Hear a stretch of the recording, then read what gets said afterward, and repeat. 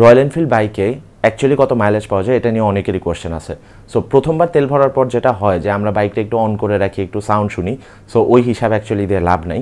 আমি second time যখন তেল ভরি সেখান থেকে থার্ড টাইম তেল ভরা পর্যন্ত আমি কতটুকু যাই সেটার হিসাব দিচ্ছি। আমি যখন সেকেন্ড টাইম বাইকে তেল ভরি তখন আমার ওডোমিটারে ছিল 226.5 কিলোমিটার, মানে 226.5 কিলোমিটার আর কি। আর এরপরে আমি যখন থার্ড টাইম তেল ভরি তখন আমার বাইকের ওডোমিটারে ছিল 517.7 কিলোমিটার। এর মানে হলো আমি সেকেন্ড টাইম থেকে থার্ড টাইম তেল ভরার এই টাইমটুকু পর্যন্ত 291 কিলোমিটার রান করেছি 9.13 লিটার তেলে।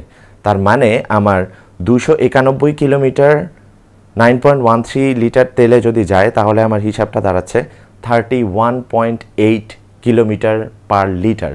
মানে আমি 31 কিলোমিটার মাইলেজ পেয়েছি। যদি আমি বলেছি যে আসলে এটা বাইক চালানোর উপরে ভ্যারি করে, বাট মোটামুটি এটাই আপনি পাবেন।